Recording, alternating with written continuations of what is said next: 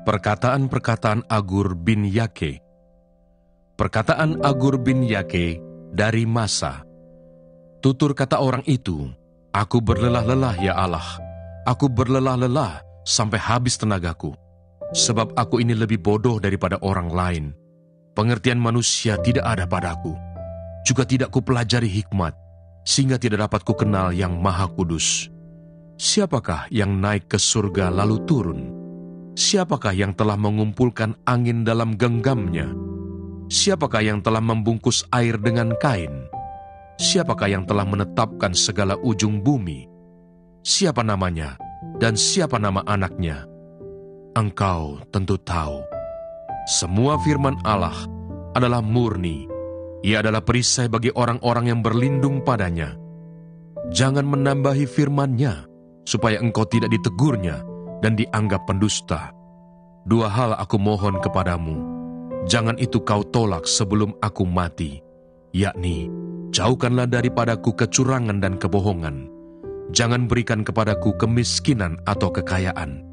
Biarkanlah aku menikmati makanan yang menjadi bagianku, supaya kalau aku kenyang, aku tidak menyangkalmu dan berkata, siapa Tuhan itu?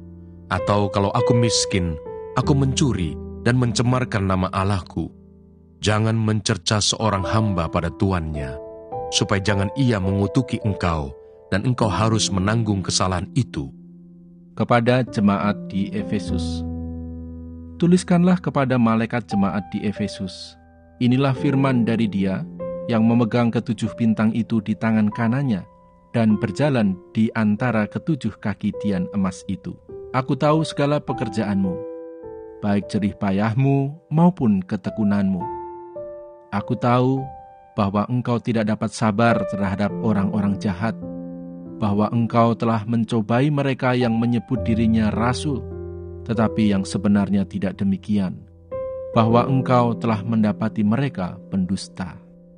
Dan engkau tetap sabar dan menderita oleh karena namaku, dan engkau tidak mengenal lelah. Namun demikian, aku mencela engkau, karena engkau telah meninggalkan kasih-Mu yang semula. Sebab itu ingatlah betapa dalamnya engkau telah jatuh. Bertobatlah dan lakukanlah lagi apa yang semula engkau lakukan. Jika tidak demikian, aku akan datang kepadamu, dan aku akan mengambil kaki tianmu dari tempatnya, jikalau engkau tidak bertobat. Tetapi ini yang ada padamu, yaitu engkau membenci segala perbuatan pengikut-pengikut Nikolaus yang juga kubenci. Siapa bertelinga, hendaklah ia mendengarkan apa yang dikatakan Roh kepada jemaat-jemaat. Barang siapa menang, dia akan kuberi makan dari pohon kehidupan yang ada di taman Firdaus Allah. Kepada jemaat di Smyrna. Dan tuliskanlah kepada malaikat jemaat di Smyrna, inilah firman dari yang awal dan yang akhir, yang telah mati dan hidup kembali. Aku tahu kesusahanmu dan kemiskinanmu, namun engkau kaya, dan fitnah mereka yang menyebut dirinya orang Yahudi, tetapi yang sebenarnya tidak demikian. Sebaliknya mereka adalah jemaah iblis. Jangan takut terhadap apa yang harus engkau derita. Sesungguhnya iblis akan melemparkan beberapa orang dari antaramu ke dalam penjara, supaya kamu dicobai dan kamu akan beroleh kesusahan selama 10 hari. Hendaklah engkau setia sampai mati, dan aku akan mengaruniakan kepadamu mahkota kehidupan. Siapa bertelinga, hendaklah ia mendengarkan apa yang dikatakan Roh kepada jemaat-jemaat. Barang siapa menang, ia tidak akan menderita apa-apa oleh kematian yang kedua. Kepada jemaat di Pergamus. Dan tuliskanlah kepada malaikat jemaat di Pergamus, inilah firman Dia yang memakai pedang yang tajam dan bermata dua. Aku tahu di mana engkau diam, yaitu di sana, di tempat tahta iblis. Dan engkau berpegang kepada namaku, dan engkau tidak menyangkal imanmu kepadaku, juga tidak pada zaman Antipas, saksiku yang setia kepadaku, yang dibunuh di hadapan kamu, di mana iblis diam. Tetapi aku mempunyai beberapa keberatan terhadap engkau. Di antaramu ada beberapa orang yang menganut ajaran Bileam, yang memberi nasihat kepada Balak untuk menyesatkan orang Israel, supaya mereka makan persembahan berhala dan berbuat zina. Demikian juga ada padamu orang-orang yang berpegang kepada ajaran pengikut Nikolaus. Sebab itu, bertobatlah. Jika tidak demikian, aku akan segera datang kepadamu, dan aku akan memerangi mereka dengan pedang yang di mulutku ini. Siapa bertelinga, hendaklah ia mendengarkan apa yang dikatakan Roh kepada jemaat-jemaat. Barang siapa menang, kepadanya akan kuberikan dari mana yang tersembunyi, dan aku akan mengaruniakan kepadanya batu putih yang di atasnya tertulis nama baru yang tidak diketahui oleh siapapun selain oleh yang menerimanya. Zakaria pasal 12. Pembebasan dan pembaharuan Yerusalem. Ucapan ilahi. Firman Tuhan tentang Israel. Demikianlah firman Tuhan yang membentangkan langit dan yang meletakkan dasar bumi, yang menciptakan roh dalam diri manusia. Sesungguhnya, aku membuat Yerusalem menjadi pasu yang menyebabkan segala bangsa di sekeliling menjadi pening. Juga Yehuda akan mengalami kesusahan ketika Yerusalem dikepung. Maka pada waktu itu, aku akan membuat Yerusalem menjadi batu untuk diangkat bagi segala bangsa. Siapa yang mengangkatnya, pastilah mendapat luka parah. Segala bangsa di bumi akan berkumpul melawannya.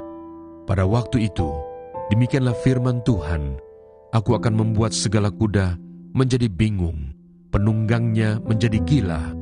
Atas kaum Yehuda, aku akan membuka mataku, tetapi segala kuda bangsa akan kubuat menjadi buta. Sesudah itu, kaum-kaum di Yehuda akan berkata dalam hatinya, penduduk Yerusalem mempunyai kekuatan oleh karena Tuhan semesta alam, Allah mereka. Pada waktu itu, aku akan membuat kaum-kaum di Yehuda seperti anglo berapi di tengah-tengah timbunan kayu, dan seperti suluh berapi di tengah-tengah timbunan bulir gandum. Api keduanya akan menjilat ke kanan dan ke kiri segala bangsa di sekeliling. Tetapi Yerusalem selanjutnya akan tetap tinggal di tempatnya yang dahulu. Tuhan akan pertama-tama memberi kemenangan kepada kemah-kemah Yehuda, supaya keluarga Daud dan penduduk Yerusalem jangan terlalu bermegah-megah terhadap Yehuda. Pada waktu itu, Tuhan akan melindungi penduduk Yerusalem, dan orang yang tersandung di antara mereka pada waktu itu akan menjadi seperti Daud, dan keluarga Daud akan menjadi seperti Allah, seperti malaikat Tuhan yang mengepalai mereka. Maka pada waktu itu, aku berikhtiar untuk memunahkan segala bangsa yang menyerang Yerusalem. Ratapan atas dia yang tertikam. Aku akan mencurahkan roh pengasihan dan roh permohonan atas keluarga Daud dan atas penduduk Yerusalem, dan mereka akan memandang kepada dia yang telah mereka tikam, dan akan meratapi dia seperti orang meratapi anak tunggal, dan akan menangisi dia dengan pedih, seperti orang menangisi anak sulung. Pada waktu itu, ratapan di Yerusalem akan sama besarnya dengan ratapan atas Hadad Rimon di lembah Megido. Negeri itu akan meratap, setiap kaum keluarga tersendiri, kaum keluarga keturunan Daud tersendiri, dan istri mereka tersendiri, kaum keluarga keturunan Natan tersendiri, dan istri mereka tersendiri, kaum keluarga keturunan Lewi tersendiri, dan istri mereka tersendiri, kaum keluarga Simei tersendiri, dan istri mereka tersendiri, juga segala kaum keluarga yang masih tinggal, setiap kaum keluarga tersendiri, dan istri mereka tersendiri. Zakaria pasal 13. Penyingkiran berhala dan nabi palsu. Pada waktu itu akan terbuka suatu sumber bagi keluarga Daud dan bagi penduduk Yerusalem untuk membasuh dosa dan kecemaran. Maka pada waktu itu, demikianlah firman Tuhan semesta alam, aku akan melenyapkan nama-nama berhala dari negeri itu, sehingga orang tidak menyebutnya lagi. Juga para nabi dan roh najis akan kusingkirkan dari negeri itu. Dan apabila seseorang masih tampil sebagai nabi, maka ayahnya dan ibunya yang telah memperanakan dia akan berkata kepadanya, janganlah engkau hidup lagi, sebab yang kau katakan demi nama Tuhan itu adalah dusta. Lalu ayahnya dan ibunya yang telah memperanakan dia akan menikam dia pada waktu ia bernubuat. Pada waktu itu, para nabi masing-masing akan mendapat malu oleh karena penglihatannya sebagai nabi, dan tidak ada lagi dari mereka yang mengenakan jubah berbulu untuk berbohong, tetapi masing-masing akan berkata, "Aku ini bukan seorang nabi, melainkan seorang pengusaha tanah, sebab tanah adalah harta kepunyaanku sejak kecil." Dan apabila ada orang bertanya kepadanya, "Bekas luka apakah yang ada pada badanmu ini?" Lalu ia akan menjawab, "Itulah luka yang kudapat di rumah sahabat-sahabatku." Pedang menimpa umat baru. Hai pedang, bangkitlah terhadap gembalaku, terhadap orang yang paling karib kepadaku. Demikianlah firman Tuhan semesta alam. Bunuhlah gembala, sehingga domba-domba tercerai-berai. Aku akan mengenakan tanganku terhadap yang lemah. Maka di seluruh negeri, demikianlah firman Tuhan, 2/3 daripadanya akan dilenyapkan, mati binasa, tetapi 1/3 daripadanya akan tinggal hidup. Aku akan menaruh yang 1/3 itu dalam api, dan akan memurnikan mereka seperti orang memurnikan perak. Aku akan menguji mereka seperti orang menguji emas. Mereka akan memanggil namaku, dan aku akan menjawab mereka. Aku akan berkata, mereka adalah umatku, dan mereka akan menjawab, Tuhan adalah Allahku. Zakaria pasal 14. Kemenangan terakhir, Tuhan menjadi raja di Yerusalem. Sesungguhnya akan datang hari yang ditetapkan Tuhan, maka jarahan yang dirampas daripadamu akan dibagi-bagi di tengah-tengahmu. Aku akan mengumpulkan segala bangsa untuk memerangi Yerusalem. Kota itu akan direbut, rumah-rumah akan dirampoki, dan perempuan-perempuan akan ditiduri.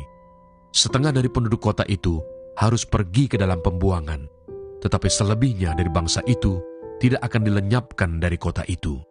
Kemudian Tuhan akan maju berperang melawan bangsa-bangsa itu, seperti ia berperang pada hari pertempuran. Pada waktu itu, kakinya akan berjejak di Bukit Zaitun, yang terletak di depan Yerusalem di sebelah timur. Bukit Zaitun itu akan terbelah dua dari timur ke barat, sehingga terjadi suatu lembah yang sangat besar. Setengah dari bukit itu akan bergeser ke utara, dan setengah lagi ke selatan. Maka tertutuplah lembah gunung-gunungku, sebab lembah gunung itu akan menyentuh sisinya, dan kamu akan melarikan diri, seperti kamu pernah melarikan diri oleh karena gempa bumi pada zaman Uzia, Raja Yehuda. Lalu Tuhan Allahku akan datang, dan semua orang kudus bersama-sama dia. Maka pada waktu itu tidak akan ada lagi udara dingin atau keadaan beku, tetapi akan ada satu hari itu diketahui oleh Tuhan, dengan tidak ada pergantian siang dan malam pun menjadi siang. Pada waktu itu akan mengalir air kehidupan dari Yerusalem. Setengahnya mengalir ke laut timur, dan setengah lagi mengalir ke laut barat. Hal itu akan terus berlangsung dalam musim panas dan dalam musim dingin. Maka Tuhan akan menjadi raja atas seluruh bumi. Pada waktu itu, Tuhan adalah satu-satunya dan namanya satu-satunya. Seluruh negeri ini akan berubah menjadi seperti Araba Yordan dan Geba sampai ke Rimon di sebelah selatan Yerusalem. Tetapi kota itu akan menjulang tinggi dan tetap tinggal di tempatnya, dari pintu gerbang Benyamin sampai ke tempat pintu gerbang yang dahulu, yakni sampai ke pintu gerbang sudut, dan dari menara Hananeel sampai ke tempat pemerasan anggur raja. Orang akan menetap di dalamnya, sebab penumpasan tidak akan ada lagi, dan Yerusalem akan tetap aman. Inilah tulah yang akan ditimpakan Tuhan kepada segala bangsa yang memerangi Yerusalem. Daging mereka akan menjadi busuk, sementara mereka masih berdiri. Mata mereka akan menjadi busuk dalam lekuknya, dan lidah mereka akan menjadi busuk dalam mulut mereka. Maka pada waktu itu akan terjadi kegemparan besar daripada Tuhan di antara mereka, sehingga masing-masing memegang tangan temannya dan mengangkat tangannya melawan tangan temannya. Juga Yehuda akan berperang melawan Yerusalem itu, dan dikumpulkanlah harta benda segala bangsa di sekeliling, yaitu emas, perak, dan pakaian dalam jumlah yang sangat besar. Tulah seperti itu juga akan menimpa kuda, bagal, unta, keledai, dan segala hewan yang ada dalam perkemahan-perkemahan itu. Maka semua orang yang tinggal dari segala bangsa yang telah menyerang Yerusalem akan datang tahun demi tahun untuk sujud menyembah kepada Raja, Tuhan semesta alam, dan untuk merayakan hari raya Pondok Daun. Tetapi bila mereka dari kaum-kaum di bumi tidak datang ke Yerusalem untuk sujud menyembah kepada Raja, Tuhan semesta alam, maka kepada mereka tidak akan turun hujan. Dan jika kaum Mesir tidak datang dan tidak masuk menghadap, maka kepada mereka akan turun tulah yang ditimpakan Tuhan kepada bangsa-bangsa yang tidak datang untuk merayakan hari raya Pondok Daun. Itulah hukuman dosa Mesir dan hukuman dosa segala bangsa yang tidak datang untuk merayakan hari raya Pondok Daun. Pada waktu itu akan tertulis pada kerencingan-kerencingan kuda, kudus bagi Tuhan, dan kuali-kuali di rumah Tuhan akan seperti bokor-bokor penyiraman di depan mezbah. Maka segala kuali di Yerusalem dan Yehuda akan menjadi kudus bagi Tuhan semesta alam. Semua orang yang mempersembahkan korban akan datang mengambilnya dan memasak di dalamnya. Dan tidak akan ada lagi pedagang di rumah Tuhan semesta alam pada waktu itu.